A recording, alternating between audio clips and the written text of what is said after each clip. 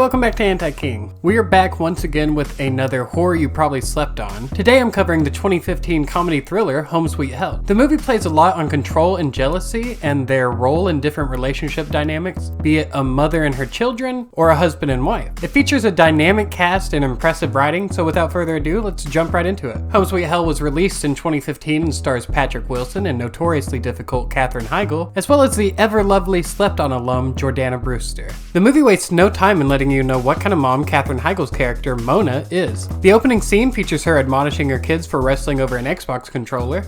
If you cannot argue constructively, what will Mother do? Destroy our video games. The kids are set to mirror their parents of the same sex, and the concept is also introduced basically immediately here. While her daughter is pristine and encyclopedic when reciting the rules back to her mother, her son is much more timid, and you can tell by his demeanor that he doesn't really understand the point of all these rules. Now that's a lot to say about the literal first 10 seconds of the movie, but this is their characters represented to a T.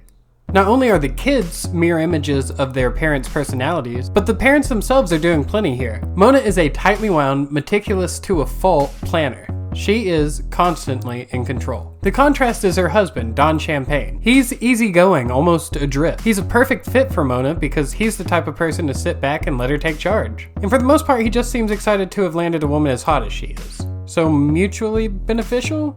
Next, we see a well-designed title sequence that highlights all of Mona's overachieving accomplishments before we find Don in his natural habitat. His office at the furniture store he and Mona own thanks to a small loan from her father that she habitually lords over him, which may come up later, I forget I said that. We're then introduced to Les, Jim Belushi's character. He really only serves to encourage Don throughout the story and move the plot forward, so forgive me if he's not mentioned a whole lot here. Anyways, he introduces Brewster's character Dusty to Don. She's here looking for a job, and after a short interview, gets it. Don returns home to Mona, who asks if she found someone to hire. Don uses Dusty's unisex name to disguise the fact that he was hiring a woman, but Mona is far too concerned with her meticulous housework ahead of a visit from her dad. Through a few montages, it's revealed that Mona's demeanor stems in large part from abuse she suffered as part of her strict upper-class upbringing. But I don't want to run the same risk the movie did of making her too sympathetic, because she's an absolute monster. But it does help give a little context to her character and her actions, at least. We get a peek into this meticulous planning later that night when she whips out her scheduler in bed. This scene lets the viewer get a great peek into her overall psyche, as she's planned out everything down to the 6 times a year they'll have sex. This lack of sex is killing Don, and before long he's tempted by Dusty, and they begin a hyper-erotic affair. It's revealed that Dusty isn't the innocent do-gooder we thought, as she's in an abusive relationship with a hitman and is only involved with Don to exploit him, which she later does by telling him she's pregnant, and if he doesn't give her $30K, she'll tell his wife.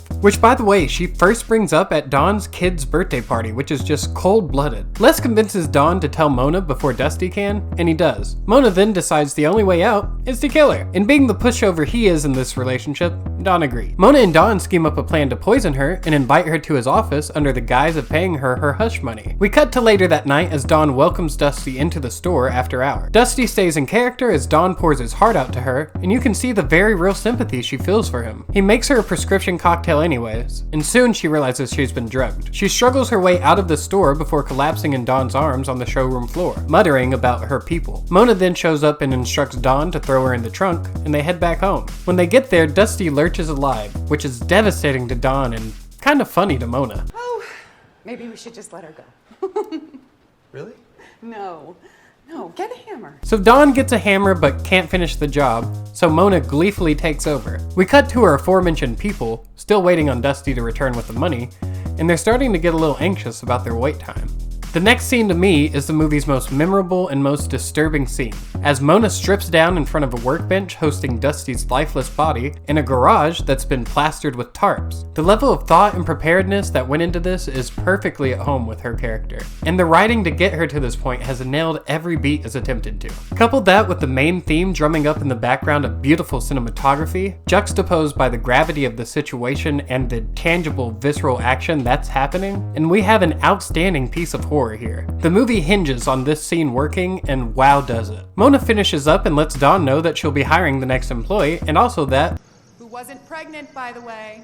and they bury her in the garden. The next day, Les is attacked by Benji and Freeman, who are the henchmen of Murphy, who is Dusty's boyfriend, hitman, gangster person I mentioned earlier. Don comes in to find Les giving a statement to the police, who then begin to question Don about Dusty. I know I usually hate cop characters, but the dynamic between he and a terrified Dawn are unquestionably hilarious. Murphy sets out to scare Dawn, even giving a threatening note to his son. Dawn meets up with the gang and manages to convince them that Dusty took off to Dallas. They insist that the money she ran off with is theirs, and that bad things will happen to his family if he doesn't repay them. Later, Dawn explains to Mona his situation with the gangsters, and she suggests framing them by digging up Dusty's body and putting it in their house and calling the police. She then gives him a blowjob, which, hey, way to go, Dawn. I guess all the murder really loosened her up. Later, we're at the gang's place as Mona starts to stuff Dusty pieces in the freezer. While doing so, she's accosted by an intoxicated and nude visitor of theirs who mistakes Mona as a sexual surprise gift. Mona plays along for a moment before the stranger's very Irish lover comes back to check on her. Mona stabs him several times in the stomach as the naked girl freaks out. Mona then stabs her in the stomach with a katana, which is super badass, but I can't show you any of it. Boobs in every shot. Can't blur. Sorry.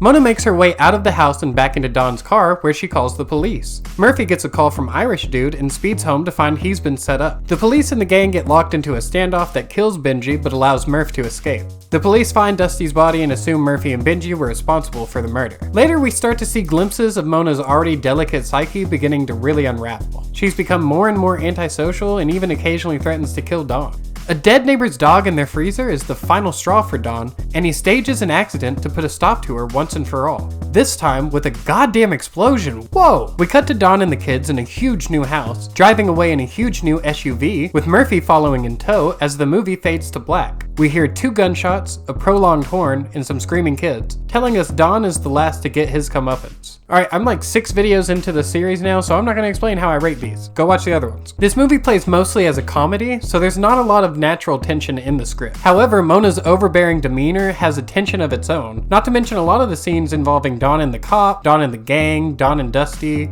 Really just any time Dawn was in over his head, so it deserves a little something. The kills in this movie are impactful in a variety of ways, whether comedic or sad, and there's plenty of blood to go around in a movie that realistically could have skipped it. You're not getting any over-the-top 80s slasher kills here, but the ones you do get all serve their purpose and then some. The plot itself might be somewhat simplistic, and a few beats with the gang and the cop didn't quite make sense, not to mention the crutch that was Les's character. That being said, all of that framed a very clear exploration of power dynamics in different relationships, the deterioration of a marriage, and how our trauma affects how we treat people we love. Hurt people, and all that. Patrick Wilson plays helpless and dumb perfectly, and Katherine Heigl leaning into the rumors of her unpleasant demeanor was actually super enjoyable. She played this crumbling sociopath better than anyone else could have. Throw in a solid performance by the always outstanding and ever lovely Jordana Brewster, and the acting in this movie is actually a strength. Music is used pretty sparingly throughout this movie, with the main theme being one of the only things used. They do use it pretty effectively though, and I have to give it at least some points for how effective it was during the dismemberment scene. Beautifully shot, brilliantly paced, and properly motivated. Anthony Burns deserves a ton of credit. That being said, I was shocked to find out this was the last movie he's directed and only one of 3 total. Based on this movie, I think there's a lot of potential there. Alright, so 43 out of 60 is about 71%. Which is pretty solid for a movie to return on. But anyways, thanks for watching. Friday is going to be Feast 2, next week is Feast 3, it's Knockoff, Creature, and Tusk. Like I said in my last video, I got behind on my schedule, so I'm going to keep cramming a ton of these videos into August to catch up, so keep an eye out for all of that. But until next time, stay safe!